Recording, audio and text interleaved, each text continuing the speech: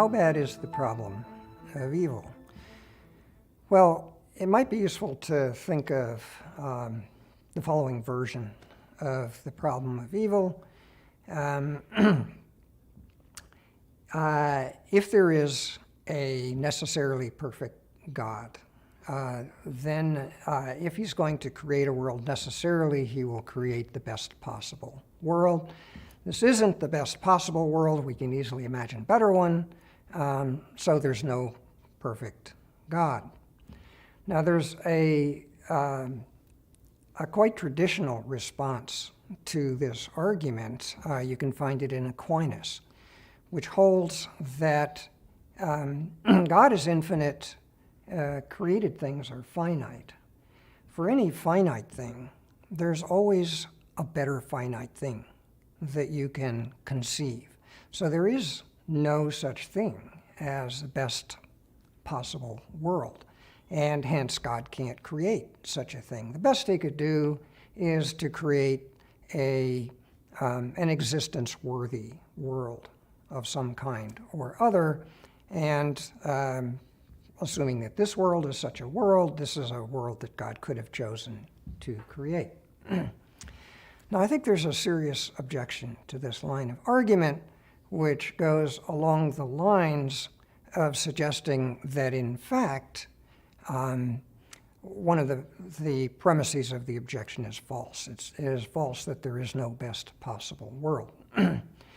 The thought is this, that there is no reason why God could not create an infinitely good creature.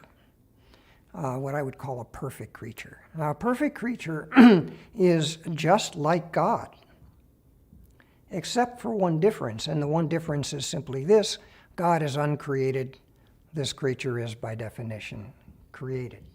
This is a being which shares absolutely all of God's properties, except that it's not an uncreated being.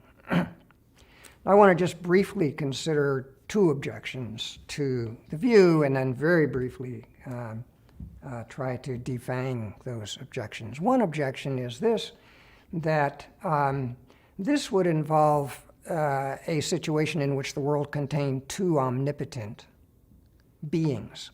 And you couldn't have two omnipotent beings because one of these obviously would have the possibility of limiting the power of the other. Answer, not to worry. These beings, both God and the perfect creature, are beings that are perfectly good and omniscient. They know everything. And they have these features necessarily. So necessarily, they will always agree on what's the best thing to do. And necessarily, they will understand that it would be a disaster if there were disharmony. And so necessarily, they will always agree. And a fortiori, they won't, their wills won't come apart, and there's no real sense in which the power of one would limit the power of the other.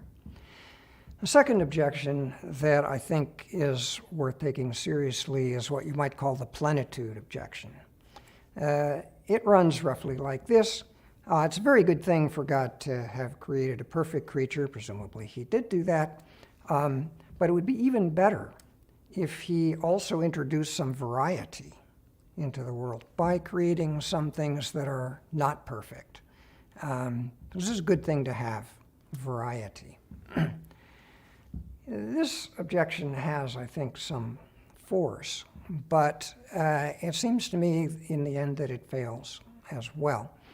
You could think of it this way. Let's say God has created a perfect creature, and now he thinks to himself, is there anything else that I should create? After all, this creation that I have has infinite value. It's infinitely good.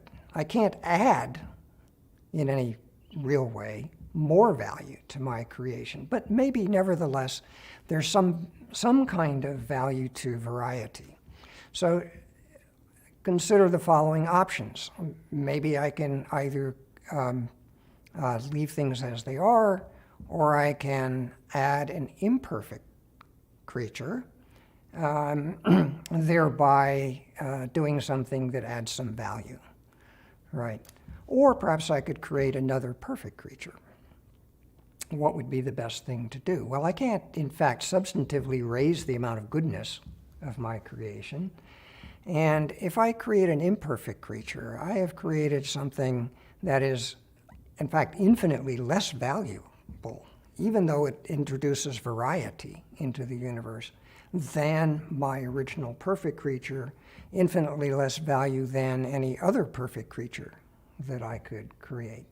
So it's hard for me to see why God would be motivated to do that, and therefore it seems to me that the problem is rather a serious one, since clearly this world that we live in is not a perfect creature.